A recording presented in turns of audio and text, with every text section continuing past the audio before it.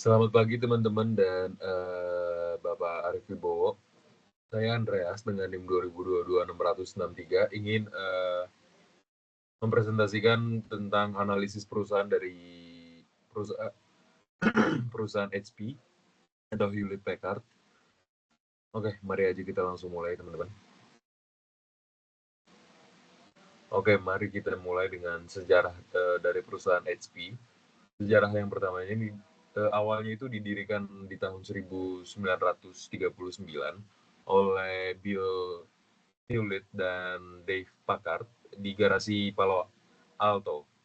Awalnya ini memproduksi alat ukur elektronik seperti audio oscillator sampai akhirnya di 2015 resmi pecah menjadi HP Inc. dan HPE. Mari kita membahas produk utamanya. Produk utamanya itu ada laptop, PC, desktop, dan workstation. PC ini tuh personal komputer teman-teman. Kita sudah tahu semuanya. Yang kedua itu ada printer, tinta, toner, dan solusi cetak bisnis lainnya. Selanjutnya ada monitor komputer, aksesoris, dan perangkat hybrid lainnya. Visi dari perusahaan HP itu sendiri awalnya itu menciptakan teknologi yang membuat hidup lebih baik bagi semua orang dimanapun. Misinya itu menghadirkan inovasi komputasi, personal, dan percetakan yang andal, aman, serta berkelanjutan. Di mana struktur bisnisnya itu ada dua segmen utama ya teman-teman. Yang pertama itu ada personal system atau PC, laptop, dan printing seperti printer dan supply. Selanjutnya itu kantor pusatnya HP itu ada di Palo Alto, California sana. Dan beroperasi secara globalnya itu dimulai di lebih dari 170 negara.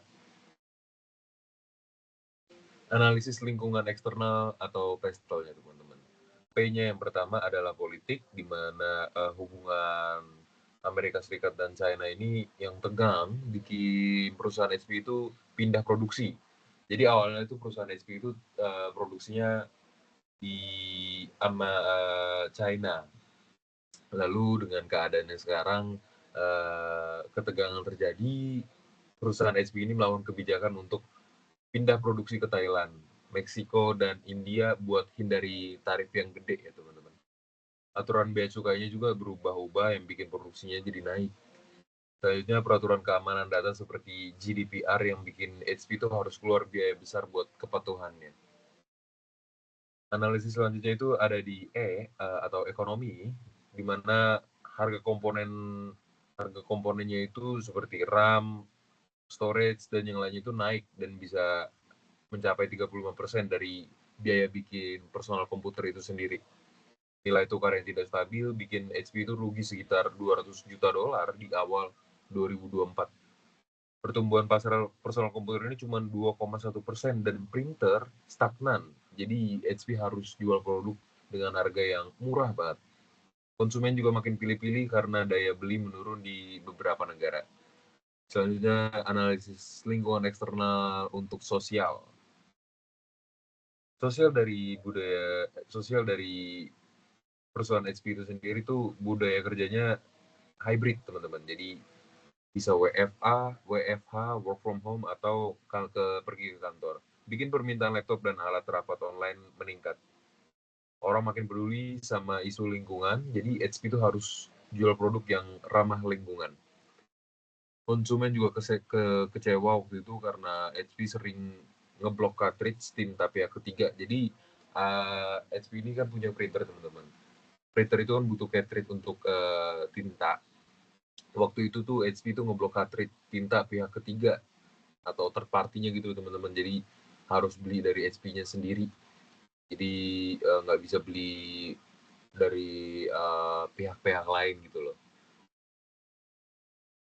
Jadi cartridge sering ngeblok cartridge tinta pihak ketiga dengan update firmware.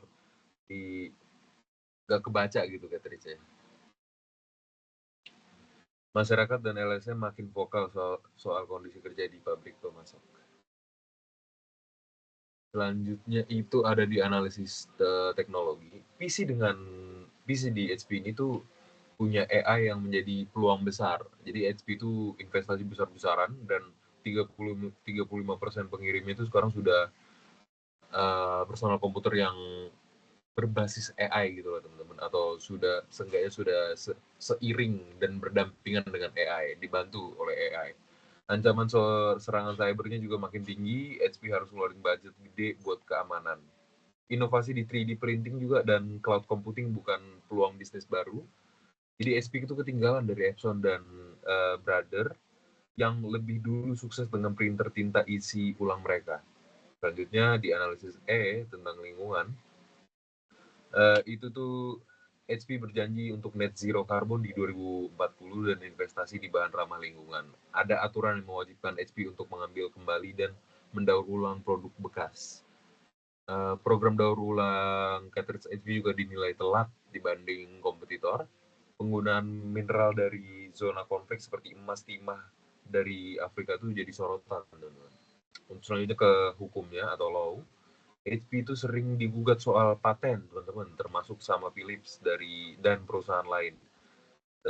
Juga sedang diselidiki bea cukai di India dengan potensi denda sampai 370 juta US dollar. Ada gugatan dari investor gara-gara HP itu dianggap menyesatkan soal bisnis printer. Juga program Amplify HP yang membatasi penjualan cartridge-nya itu pihak ketiga. Jadi lagi diawasi otoritas persaingan usaha. Selanjutnya analisis industri 5 Force Model Porter. Yang pertama itu ada ancaman pendatang baru, threats of new entrants, itu tuh masuk ke kategori rendah.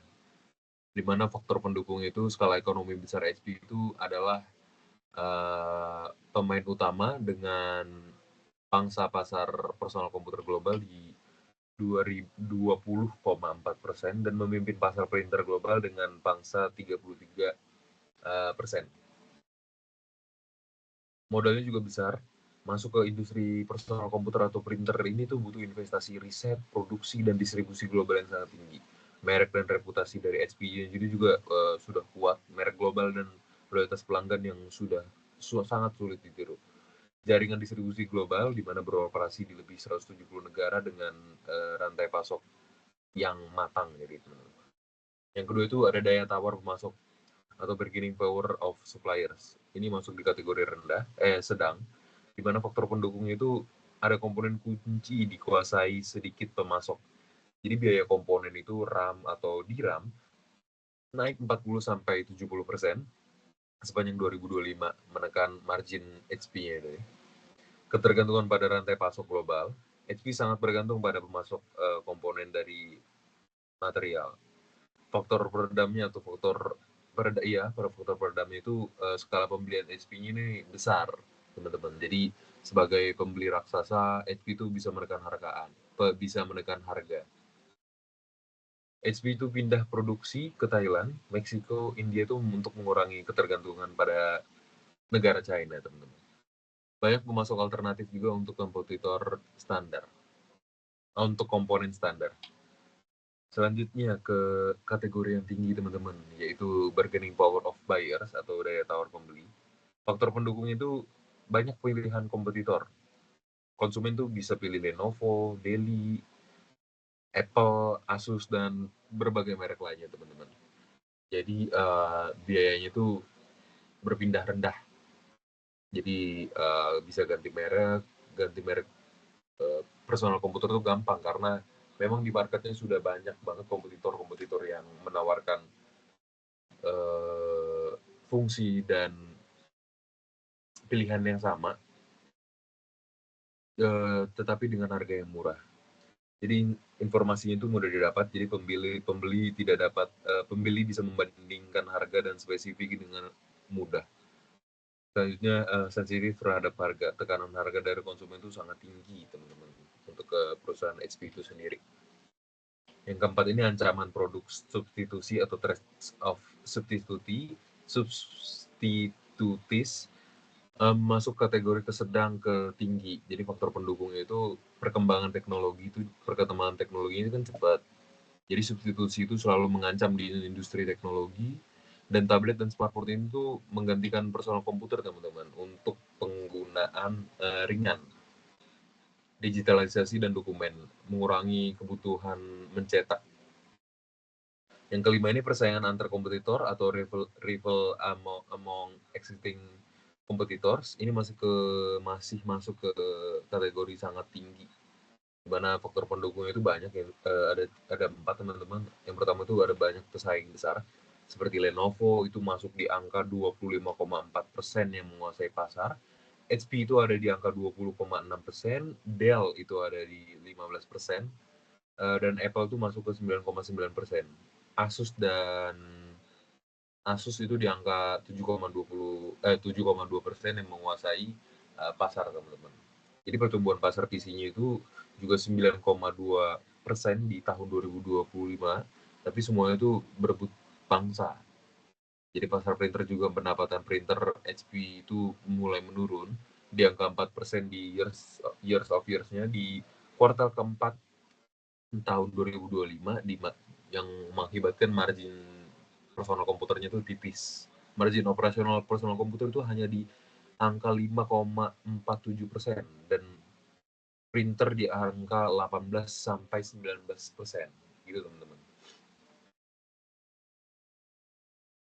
Analisis internal perusahaan atau RBV, Research Based View, di mana RBV ini mengevaluasi sumber daya dan kapabilitas perusahaan melalui kerangka VRIO atau value, rareness, imitability dan organization. Di mana berikut ada analisisnya, di mana sumber daya dan kapabilitas HP. Yang pertama itu ada merek global dan reputasi. Value mereka tuh tinggi, jadi merek HP ini dikenal global, dipercaya di segmen bisnis dan konsumen. Rareness-nya itu sedang, di mana merek kuat juga dimiliki oleh Dell, Lenovo, dan Apple. Imitability itu sulit. Reputasinya itu dibangun puluhan tahun, jadi sulit ditiru dengan jangka waktu yang cepat gitu teman-teman. Organization di mana perusahaan HP ini terorganisasi dengan baik, di mana HP konsisten membangun merek lewat pemasaran global. Yang kedua ini jaringan distribusi dan rantai pasok global, di mana value-nya itu tinggi, di mana operasinya itu di 170 lebih negara, memungkinkan HP itu menjangkau semua pasar atau bisa dibilang tuh pasarnya luas gitu teman-teman. Rareness di mana sedang, pesaing besar juga punya jaringan global kayak Dell yang tadi kita sebut ya teman-teman. Dell, Lenovo, Asus, dan Apple itu pesaing mereka dan atau kompetitor mereka tuh juga masuk ke berbagai negara. Jadi persaingannya juga besar gitu loh teman-teman. Imitability itu sulit. Karena apa? Karena membangun jaringan butuh waktu dan investasi besar, di mana HP itu udah ngelakuin itu di tahun-tahun yang lalu dan sudah lama lah berkecimpung di market ini atau di pasar ini. Organization, terorganisasi dengan baik, di mana HP itu punya sistem logistik dan distribusi yang matang. Yang ketiga, portofolio paten dan kekayaan intelektual. Value-nya itu tinggi karena melindungi inovasi produk dan teknologi. Yang kedua itu rareness-nya tuh tinggi juga. Jadi nggak semua pesaing tuh punya portofolio paten seluas merek HP ini ya teman-teman. Imitability-nya itu sulit karena apa? Karena dilindungi hukum dan membutuhkan research and development yang besar gitu teman-teman. Organization-nya juga terorganisasi dengan baik, di mana HP itu punya divisi research and development dan legal dan kuat. Yang keempat ini kemampuan inovasi di AI dan teknologi, di mana VRIO-nya itu value-nya itu tinggi karena AI PC-nya itu menjadi pendorong pertumbuhan utama untuk pemasukan di perusahaan HP itu sendiri. Rareness-nya itu sedang, di mana pesaingnya itu seperti Lenovo, Dell, Apple juga berinovasi di AI. Imitability-nya itu sulit. Kenapa? Karena membutuhkan keahlian dan investasi besar untuk bergerak di bidang ini. Organisasinya itu terorganisasi dengan baik, di mana HP itu bisa alokasikan sumber daya untuk R&D atau research and development di sektor AI. Yang kelima itu ketergantungan pada memasuk komponen. Value-nya itu rendah, di mana ketergantungan ini meningkatkan biaya dan resiko, dan juga rarity-nya itu tidak langka. Jadi semua pesaing juga bergantung pada pemasok yang sama gitu loh. Imitability-nya itu mudah. Kenapa? Karena pesaing menghadapi masalah yang sama atau serupa. Organization-nya itu kurang terorganisasi, HP itu kesulitan mengendalikan fluktuasi harga di zaman sekarang, apalagi dengan adanya ketegangan ekonomi. Yang keenam itu penurunan di segmen printer. Value-nya itu menurun karena pendapatan printer aja turun 4% di years of years-nya. Rareness-nya itu tidak langka, pesaing juga menghadapi penurunan di segmen ini. Imitability-nya itu mudah, kebijakan cartridge SP itu mendorong pelanggan ke pesaing, organisasinya itu kurang efektif. SP itu lambat merespon perubahan preferensi konsumen. Selanjutnya itu diidentifikasi faktor strategis atau SWOT.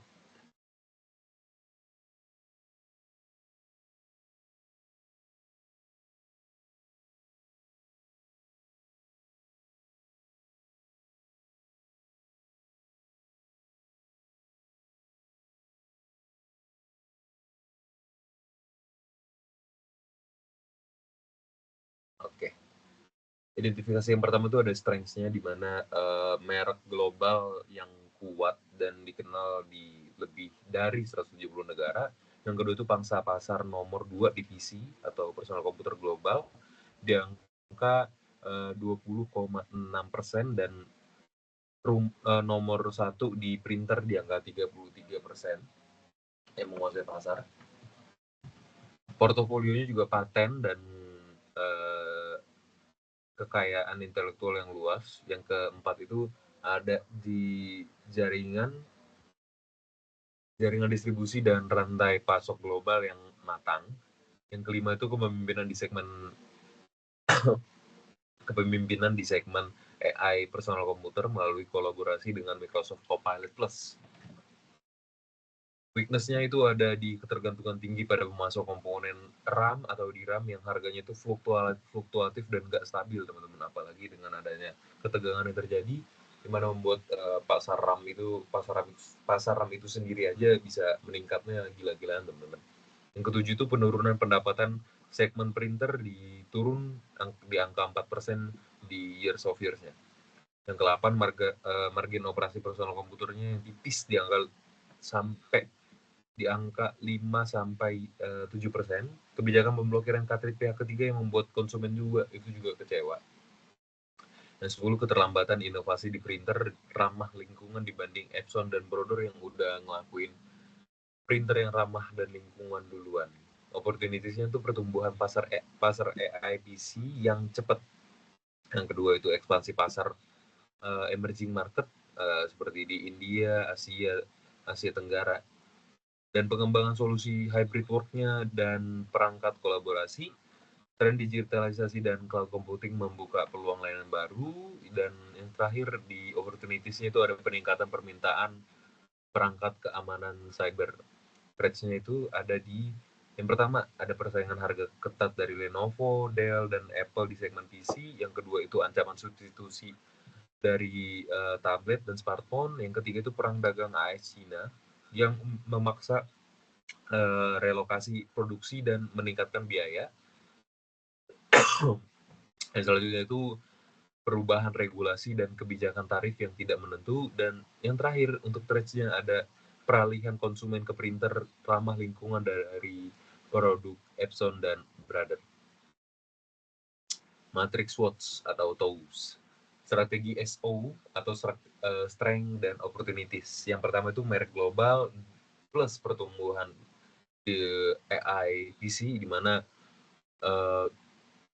keuntungan dan kekuatan ini tuh bisa berguna banget, apalagi di zaman sekarang yang semuanya itu sudah terbiasa memakai AI, atau bisa dianggap AI itu temannya mereka ya, teman-teman, apalagi di dunia pekerjaan. Yang kedua itu manfaat reputasi dan jaringan distribusi global untuk mempercepat penetrasi pasar AI personal komputer melalui kampanye pemasaran terintegrasi. Yang ketiga ini distribusi global plus ekspansi emerging market. Yang keempat itu menggunakan rantai pasok yang matang untuk membangun pangsa pasar di India dan Asia Tenggara dengan produk PC dan printer yang disesuaikan dengan kebutuhan lokal. Jadi karena tadi perang dagang AS China, HP ini tuh kan pindah produksi ke India dan negara lainnya itu, di situ juga menjadi sebuah keuntungan dan sekaligus kekuatan karena memang HP ini jadi tinggal nyesuaiin kebutuhan lokal mereka aja. Yang selanjutnya strategi S sama T atau strengths dan threats, di mana strategi yang pertama itu ada paten plus dan kompetisi harga. Yang kedua itu menggunakan portofolio paten untuk menciptakan diferensiasi produk di segmen PC dan printer. Jadi sehingga nggak hanya bersaing di harga, tetapi bersaing juga di hak paten ya teman-teman. Yang ketujuh itu ada di pangsa pasar printer yang menjadi ancaman substitusi Epson dan Brother. Yang ke-8 ini memanfaatkan posisi dominan di pasar printer untuk meluncurkan lini printer ramah lingkungan dan mengubah kebijakan cartridge agar lebih kompetitif.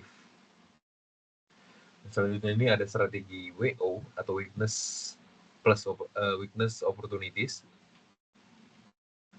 di mana banyak di sini ketergantungan pemasok, tapi juga bisa diuntungkan karena memang dibuat untuk personal komputer yang berbasis AI.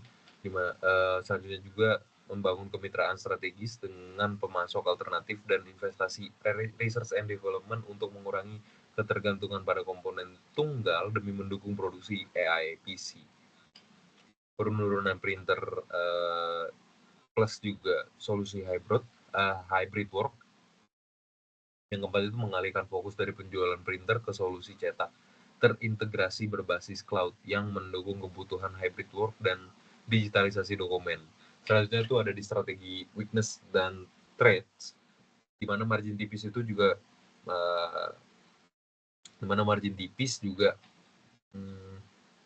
membangun kompetisi yang harga yang ideal gitu teman-teman, melakukan efisiensi operasional dan pindahkan lebih banyak produksi ke negara dengan biaya yang rendah untuk menekan biaya dan menjaga margin, di mana kekecewaan konsumen printer juga menambah peralihan ke pesaing. Jadi evaluasi ulang kebijakan pemblokiran cartridge pihak ketiga dan meluncurkan program loyalitas untuk mempertahankan pelanggan yang beralih ke Epson atau Brother. Formulasi strategi bisnis. Jadi berdasarkan analisis lingkungan eksternal dan internal, strategi yang paling sesuai untuk HP adalah differentiation. Porter itu di buku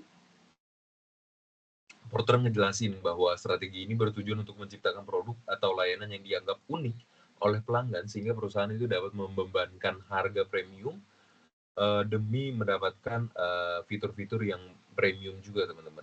HP itu berada di industri dengan persaingan yang ketat dan daya tawar pembeli tinggi, sehingga bersaing hanya dengan biaya rendah tidak cukup untuk mempertahankan margin. Meskipun HP itu memiliki skala besar yang memungkinkan efisiensi biaya, kekuatan utama itu perusahaan justru terletak pada merek global, portofolionya, paten, dan kepemimpinan inovasi di AI PC, yang dimana semua itu merupakan sumber daya bernilai, langka, dan sulit ditiru. HP juga tuh memiliki core kompetensi dalam distribusi global dan reputasi.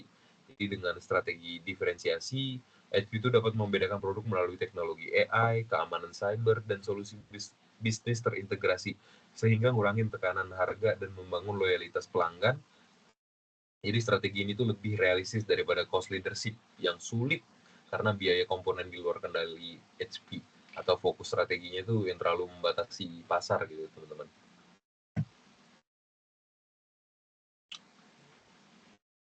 Formulasi strategi fungsional. Yang pertama itu ada di pemasarannya, itu memperkuat kampanye, edukasi, dan brand awareness untuk artificial intelligence personal komputer dengan menonjolkan keunggulan produktivitas dan keamanan. Jadi membedakan printer HP dari kompetitor dengan program langganan, tinta fleksibel, dan layanan cetak berbasis cloud. Untuk operasinya itu meningkatkan efisiensi produksi dengan otomatisasi dan memindahkan lebih banyak kapasitas ke Thailand, Meksiko, India untuk mengurangi risiko tarif dan memperkuat fleksibilitas rantai pasok dengan multiple sourcing untuk komponen kritis. Di bagian sumber daya manusia, jadi HP ini harus merekrut dan mengembangkan talenta di bidang artificial intelligence, keamanan cyber, dan rekayasa perangkat lunak untuk meningkatkan pelatihan teknis dan menjaga penjualan agar mampu jalankan nilai produk premium ke pelanggan B2B atau buyer to buyer. Keuangannya ada dialokasikan anggaran R&D lebih besar untuk inovasi AI PC dan printer ramah lingkungan.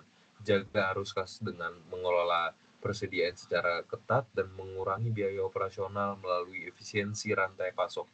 Teknologi informasi menginvestasi pada platform cloud dan AI untuk meningkatkan layanan purna jual, manajemen perangkat jarak jauh, serta pengalaman pelanggan berbasis data. Memperkuat keamanan cyber untuk melindungi data pelanggan dan menjaga reputasi dari HP itu sendiri.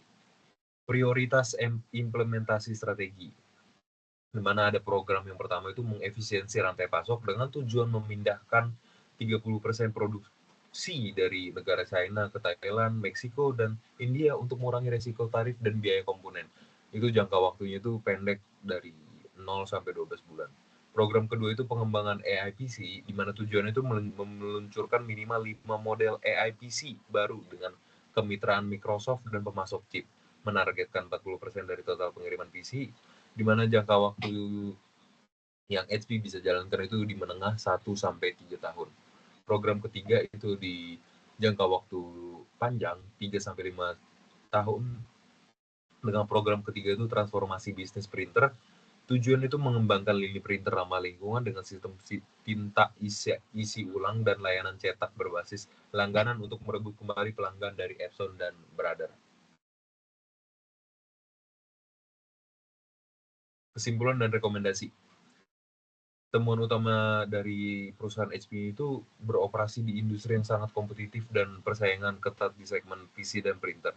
Daya tawar pembeli tinggi serta ancaman substitusi dari tablet dan printer ramah lingkungan. Kekuatan utama dari HP itu terletak pada merek global. Pangsa pasarnya itu nomor 2 di PC dan nomor 1 di printer, teman-teman. Portofolio patennya juga banyak, serta jaringan distribusi global itu sudah luas sampai tadi sudah dibilang 170 lebih negara. Jadi kelemahan utamanya itu adalah ketergantungan pada pemasok komponen, margin personal komputer yang mereka juga tipis, dan penurunan di segmen printer itu akibat kebijakan cartridge yang tidak populer. Strategi yang direkomendasikan adalah diferensiasi melalui inovasi AI PC dan solusi printer berbasis layanan didukung efisiensi rantai pasok dan transformasi bisnis printer jangka panjang. Selanjutnya ini ada di potensi manfaat bagi perusahaan, meningkatkan margin keuntungan dengan produk bernilai tambah, memperkuat loyalitas pelanggan melalui solusi terintegrasi, dan mengurangi resiko tarif dengan diversifikasi produksi, serta merebut kembali pangsa pasar printer yang hilang dengan produk ramah lingkungan dan program langganan yang fleksibel. Oke, di sini semua adalah daftar rekomendasi ya, dan sumber-sumber yang saya pakai dan yang saya presentasikan. Jadi sekian teman-teman presentasi saya. Mohon maaf jika ada yang salah dan ada yang terganggu. Jika ada yang ingin bertanya, boleh bertanya di kolom komentar YouTube serta bertanya di kolom komentar Teams. Sekian teman-teman, dan terima kasih juga Bapak Arpi Bowo. Terima kasih semuanya.